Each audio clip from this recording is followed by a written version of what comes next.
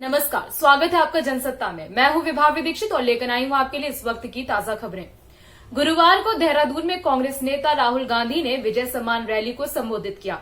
इस दौरान उन्होंने कहा कि दिल्ली में 1971 की लड़ाई को लेकर एक कार्यक्रम रखा गया जिसमें इंदिरा गांधी का नाम तक शामिल नहीं किया, जबकि उन्होंने देश के लिए 32 गोलियां खाई। जिस महिला ने देश के लिए 32 गोलियां खाई उनका नाम तक नहीं है, क्योंकि सच्चाई ये है कि सरकार डरती है। राहुल गांधी ने यह भी कहा कि नाम नहीं होने या होने से मुझे कोई फर्क नहीं पड़ता, लेकिन ये जानता हूं कि इंदिरा गांधी ने खून देकर इस देश को क्या किया। साथ ही उन्होंने कहा कि उत्तराखंड ने हिंदुस्तान को सबसे ज्यादा अपना खून दिया है और हमेशा देता रहेगा। बांग्लादेश की लड़ाई हुई, पाकिस्तान ने सिर्फ 13 दिन में अपना सिर झुका दिया। गुरुवार को पीएम मोदी 1971 में हुए भारत पाकिस्तान युद्ध के 50वें विजय दिवस पर आयोजित स्वर्णिम विजय मशाल कार्यक्रम में शामिल हुए। इस दौरान उन्होंने देश भर में घुमाए गए 4 मशालों को राष्ट्रीय युद्ध स्मारक पर प्रज्वलित मशाल में मिलाया। अखिलेश यादव गुरुवार को चाचा शिवपाल यादव से मुलाकात करने लखनऊ स्थित उनके आवास पर पहुंचे। करीब 45 मिनट लंबी चली मुलाकात के बाद समाजवादी पार्टी और प्रगतिशील समाजवादी पार्टी के बीच गठबंधन तय हो गया है। समाजवादी पार्टी के अध्यक्ष अखिलेश यादव ने ट्वीट कर बताया कि दोनों ही पार्टियों के बीच गठबंधन होना तय हो गया है। उन्होंने लिखा कि प्रसपा के राष्ट्रीय अध्यक्ष जी से मुलाकात हुई और गठबंधन की बात तय हो गई। क्षेत्रीय दलों को साथ लेने की नीति सपा को निरंतर मजबूत कर रही है और सपा और अन्य सहयोगियों को ऐतिहासिक जीत की ओर ले जा रही है। सूत्रों के मुताबिक इस मुलाकात से पहले ही सपा संस्थापक मुलायम सिंह यादव शिवपाल के घर में मौजूद थे।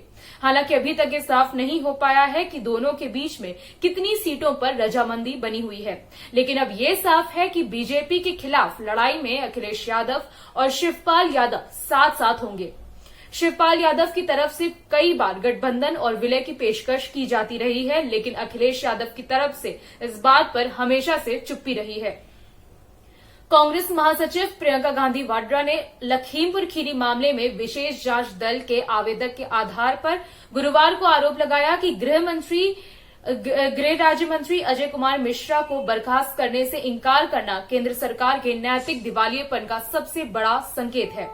उन्होंने ये भी कहा कि मिश्रा को बर्खास्त कर उनके खिलाफ कानून के मुताबिक मामला दर्ज होना चाहिए।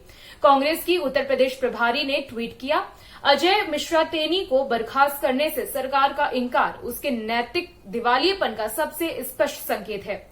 नरेंद्र मोदी जी, सावधानी पूर्वक धार्मिकता का प्रदर्शन करने और धार्मिक वस्त्र धारण करने से ये तथ्य नहीं बदल जाएगा कि आप एक अपराधी को बचा रहे हैं।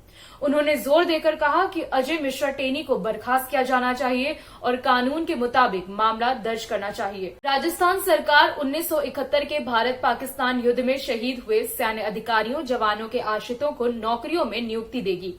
मुख्यमंत्री अशोक गहलोत ने बृहस्पतिवार को यहां साफ ये घोषणा की। स्वर्णिम विजय दिवस के 50 साल पूरे होने के अवसर पर यहां अमर जवान ज्योति पर आयोजित श्रद्धांजलि कार्यक्रम को संबोधित करते हुए गहलोत ने देश की सीमाओं की रक्षा करते शहीद हुए प्रदेश के सशस्त्र सेनाओं के अधिकारियों, जवानों के आश्रितों के परिवार के एक सदस्य को नियुक्ति के प्रावधान में 31 दिसंबर 1971 तक शहीदों के आश्रितों को भी शामिल करने की घोषणा की।